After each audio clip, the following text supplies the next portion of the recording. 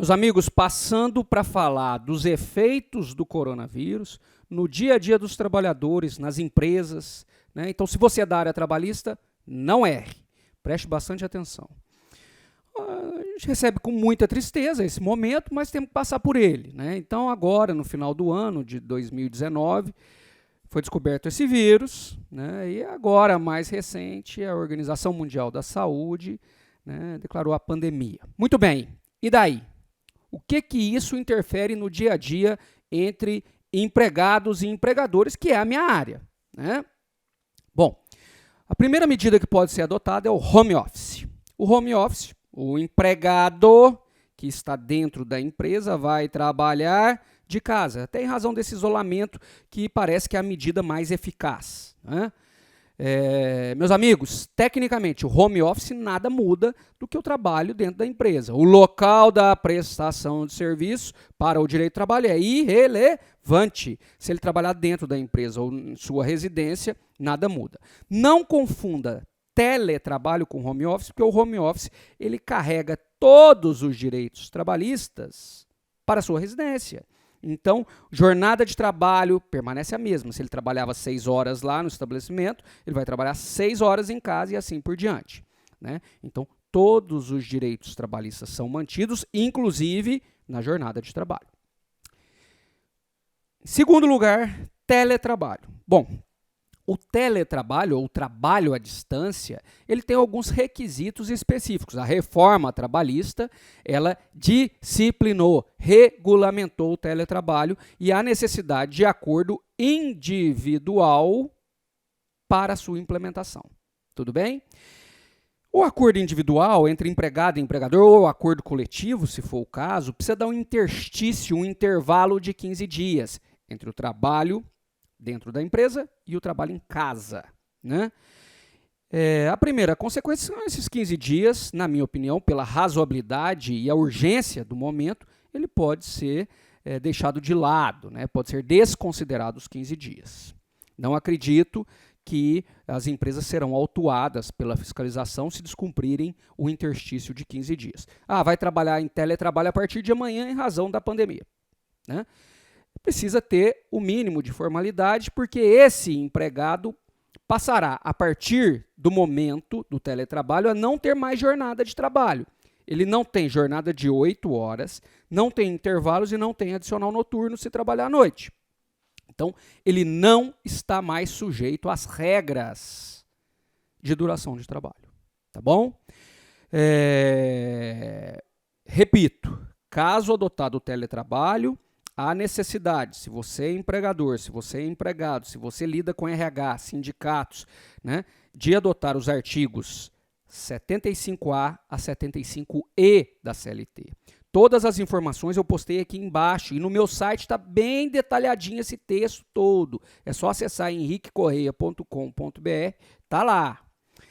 Bom, Henrique, algumas outras observações, a tal quarentena. Pessoal, agora, no início de fevereiro, foi publicada uma lei, também está aqui detalhada, a Lei 13.979 de 2020, que fala da, vamos colocar com aspas, quarentena, porque não é especificamente 40 dias. É um intervalo que o camarada tem que ficar isolado.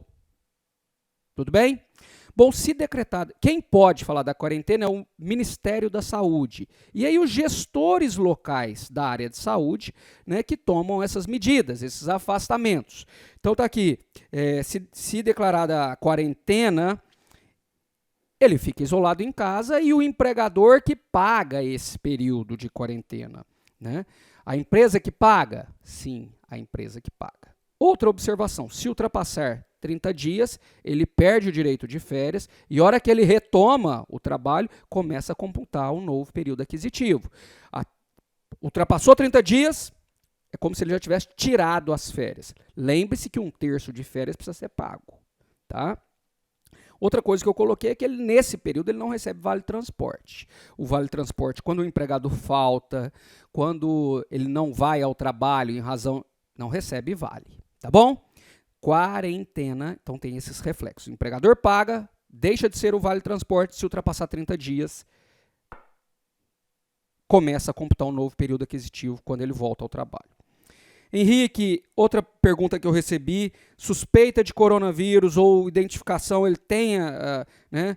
Como que fica? Pessoal, se tem atestado médico, é igual hoje, né? O camarada com atestado médico, o empregado com atestado médico, é falta justificada. Então, aquele período, né? Os primeiros 15 dias o empregador paga, se ultrapassar 15 dias, INSS que paga. Tudo bem? Não podia nem estar coçando o olho aqui, né? Porque, né, pode pôr a mão na boca, no olho, né? Eu que tenho 2 meninos em casa, estou ali adaptando, né? O melhor desse período de coronavírus é o bom senso, né? Nós estamos aprendendo juntos aqui, é difícil, né? Ficamos todos preocupados. Hoje eu fui comprar material de limpeza lá para casa, não tinha material de limpeza. Eu falei, meu Deus do céu. Então você vai tendo, mas calma, respira que nós vamos passar por isso também, né? Outra pergunta, férias coletivas. A empresa, pessoal, as férias coletivas, elas precisam ser combinadas com o sindicato da categoria profissional. Precisa ter um prazo de 15 dias de notificação ao Ministério da Economia. Esses 15 dias, entendo que em razão da pandemia, eles podem ser retirados. Essa comunicação prévia. Agora, férias para ser coletivas, precisa ser combinado com o sindicato da categoria. Também é uma medida, tá bom, pessoal? Outro ponto, e já vamos chegando ao final, é o banco de horas. Se o empregado tem horas para serem retiradas, pode ser dadas as horas de descanso agora. Ah, deu uma semana porque ele tinha banco, tinha, né, compensação, pode ser dado. Ou, né, se ele ficar uma semana, 2 afastado, depois pode recuperar o tempo perdido. A CLT fala aqui no artigo 61, né, de recuperação de horas. Nesse caso, ele fica afastado, depois trabalha 2 horas a mais, é uma possibilidade, tá? Então, isso pode acontecer. E a importância dos sindicatos, que foram e estão sendo demonizados, né, perseguidos, e há sindicatos excelentes, há sindicatos ruins, mas o sindicato é da democracia. As partes precisam ser representadas, os empregadores de um lado, os empregados precisam ser representados por alguém, que é o sindicato. O sindicato, junto às empresas agora, tem um papel muito importante, uma ferramenta muito interessante, são os acordos coletivos, para detalhar esse momento que nós estamos passando, né? A condição daquela empresa Zé da Silva Limitada, que está lá no interior, teve um foco. O sindicato pode estabelecer junto à empresa, né, pode adequar a legislação trabalhista. Caso você tenha conhecimento de alguma fraude em razão desse momento, né, o Ministério Público está, né, aberto aí a receber denúncias, pode ser feito pelo site, assim por diante. É um momento da gente se juntar, pensar juntos, e toda a informação é válida. Espero que na área trabalhista essas tenham sido bem relevantes. Estou à disposição caso tenha ficado alguma pergunta. Até mais, pessoal.